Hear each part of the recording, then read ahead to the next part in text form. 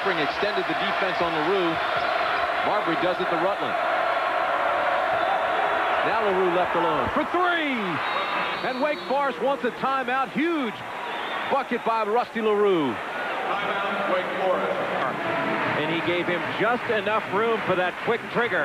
And that is a big basket for Rusty Larue. He is 5 of 7 from 3. He has 19 points off the bench. But there is some foul trouble at both ends. Goolsby with 4, Duncan with 4, Allen with 3. Of course, the big thing there is Tim Duncan.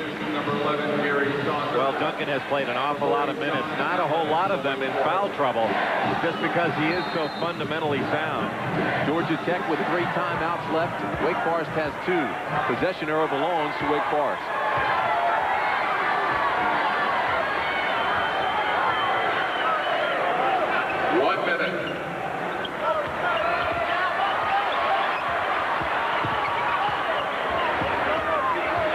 Seconds to play. Georgia Tech using the clock, wanting to wind it down to get a good shot to end it. They've got to go now. Shot clock is at 8.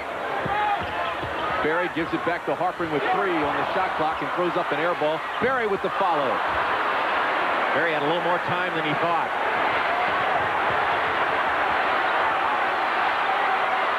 Larue is tied up, and the possession arrow belongs to Wake Forest. That's where that possession arrow becomes a huge play. The great defense by Georgia Tech, but yet Wake Forest keeps the ball on the alternating possession. Wake Forest wants a timeout. Timeout, Wake Forest. Well, while there's a break on the floor, take a look at the MVPs of the game. Food Line will make a $1,000 donation on their behalf to the Atlantic Coast Conference Operation Outreach Fund, which benefits deserving middle schools throughout the ACC region. Tim Duncan, 20 points, 15 rebounds, and 6 blocks. Stephon Marbury, 25 points, 4 assists, 2 steals.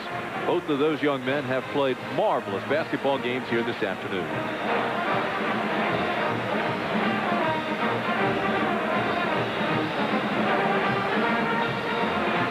28.1 seconds left, a 3-point game at 64-61. If you're Wake Forest, certainly you have to be thinking 3-point shot, but you don't necessarily want to let the clock wind down too far before you get an open look. If you get the first open shot, you got to go ahead and take it. Obviously, Rusty Larue would be the guy you are looking for. Well, a close game between these two is not uncommon. These two clubs have split the regular season games the last 5 years. As a matter of fact, let's take you back to the last time they played. January 17th was the last meeting down in Winston-Salem, North Carolina. Wake Forest won that game 66-63. But with the score 66-60 Wake Forest, Marbury hit a 3-pointer with 1.9 seconds on the clock. Then watch this, the inbounds pass.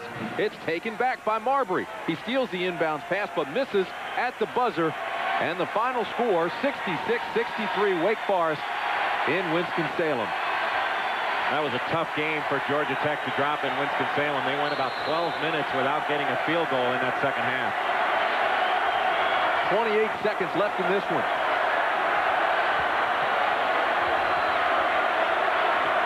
Wake Forest down by 3. Here's Larue. There's a 2. And the tip is good. And timeout called immediately. Sean Allen got the tip. And there's 11.5 seconds remaining, a 1-point game. Now, Wake Forest has no timeouts left. Georgia Tech still has 3. 15 at the line this afternoon. Wake Forest 9 of 17 at the charity stripe. Wake Forest trying to win in Atlanta for the first time since 1982.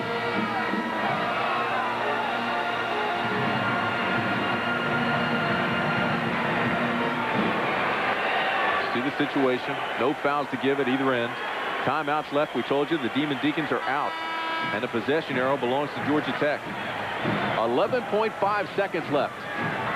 And Drew Barry has to remember that he can run the baseline here. And Georgia Tech is going to use one of their 3 timeouts. Bobby Kremen. Receiver to Drew Barry, who will in all likelihood take the ball out of bounds. You have to give him somebody to throw it to and catch it, face the defense, and be strong with the ball, because you know that Wake Forest is going to take some swipes at it. This game has been terrific. Wake Forest led at the half 34-30. Matt Harpring with no points in that first half, but he's come out and been strong here in the second half. He has 9 points. That took some of the heat off Marbury and Barry. And it really did. Matt Harpring was strong on the boards, continuing to scrap, and he didn't shy away from contact. He kept going after it, and that's the kind of year he has had. And as we talked about, in my opinion, he is first team all-conference without question. Looks like Dave Odom's going to put Tim Duncan on the ball. And after that timeout, it is a stationary throw-in.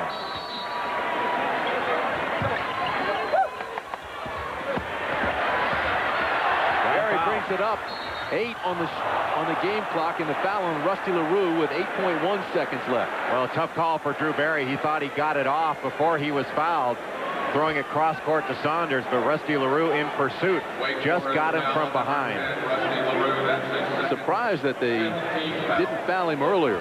Well, still plenty of time. You would have liked to have fouled right away, but still with 8.1 seconds left, more than enough time to go down the court and get up a good shot. See what they've done at the line today. Barry 2 for 2 at charity stripe. He has 12 points, 8 rebounds. This is the first one. And now this becomes a huge free throw and a gigantic block out for Allen and Duncan down low. If you're Maddox and Harpring, just want to get a piece of it if it misses. Barry pulls the string on the second one. 6 seconds left. Rutland looks at the clock. His shot. The follow by Larue. No good. Georgia Tech wins it.